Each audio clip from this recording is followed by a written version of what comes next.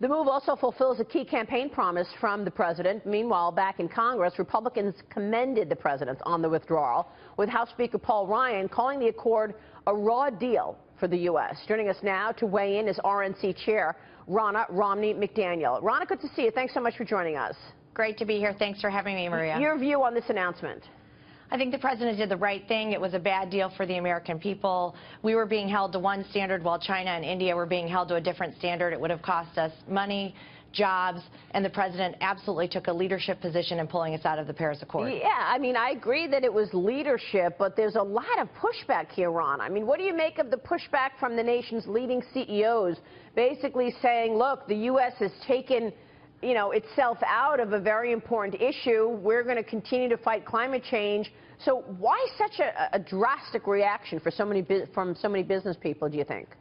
I don't understand their reaction, because looking at the deal, it really was a bad deal for the United States and for the American worker and their American family. The president said he's willing to look at other deals. This deal in and of itself was a loser for the United States of America, and I think these CEOs should be applauding him. It's saving American jobs and it's saving American money. Ronna, what are you doing to bring the party together? I mean, obviously we heard from Paul Ryan yesterday, and he was very much, in step with President Trump, commending him in terms of pulling the U.S. out of this deal. But there are so many other issues that the party is so divided, whether it's on health care or tax reform. Is that getting in the way of getting the agenda executed, and what are you doing about it?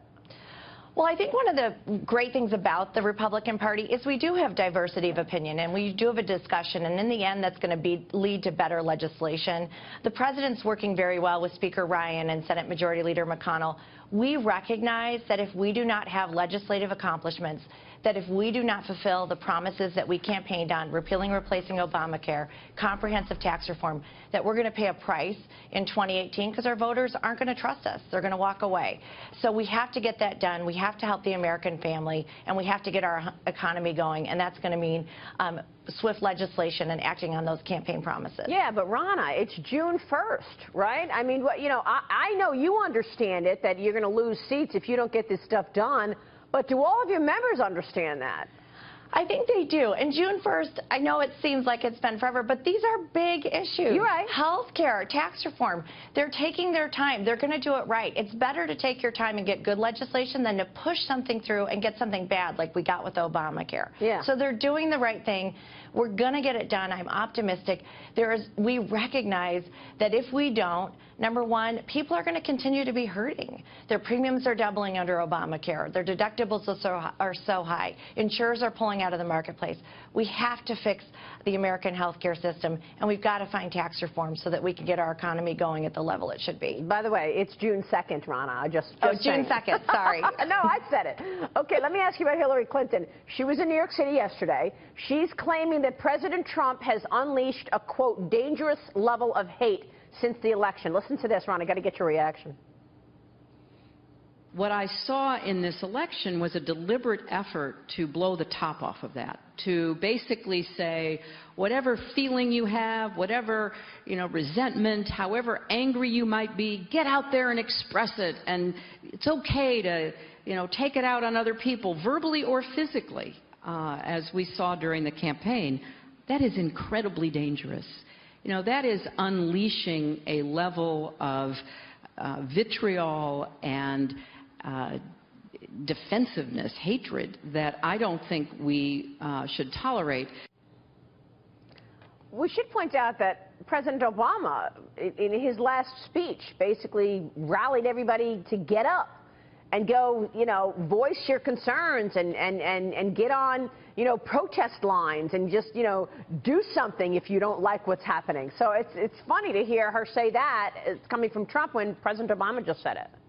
Well, Hillary Clinton has done everything to obstruct and resist and prevent President Trump from being successful. Wouldn't it be great if she said, we need to unite behind the President of the United States because our country is more important than our political differences? Wouldn't it be great if she said, give President Trump a chance? Don't boycott the inauguration. Don't walk out on cabinet confirmation hearings. All the things that the Democrat Party has done has shown a total unwillingness to work with this president. It's unprecedented. President Obama never dealt with the type type of obstruction that President Trump has dealt with. And it's a lot of this is coming from their leaders, like Hillary Clinton and former President Obama, who have not found a way to talk to people and say, let's unite around our new president and help him be successful. Yeah. No, you're right. I mean, they have an agenda, the left does, and that is to resist this president, and that is to obstruct the agenda.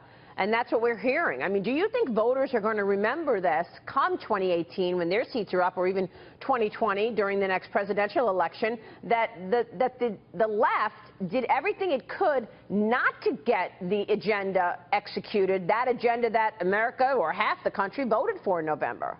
Yeah, I mean, we're putting forward a vision. President Trump's talking about jobs, the economy, higher wages, national security, better health care. The Democrats are talking about resist, obstruct, stopping government from functioning. I think in the end, putting forward a vision that helps American families is going to be the winning strategy. Yeah. Well, we'll see about that, because in the process, it may mean he doesn't get anything done, though.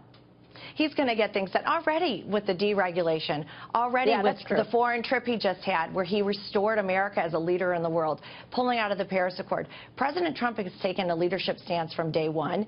We do need some congressional wins. We're getting there. The House has passed the repeal and replace of Obamacare, and we're going to continue to work together to help the American people. We have to. Ronna, great to see you. Thanks so much for weighing in this morning.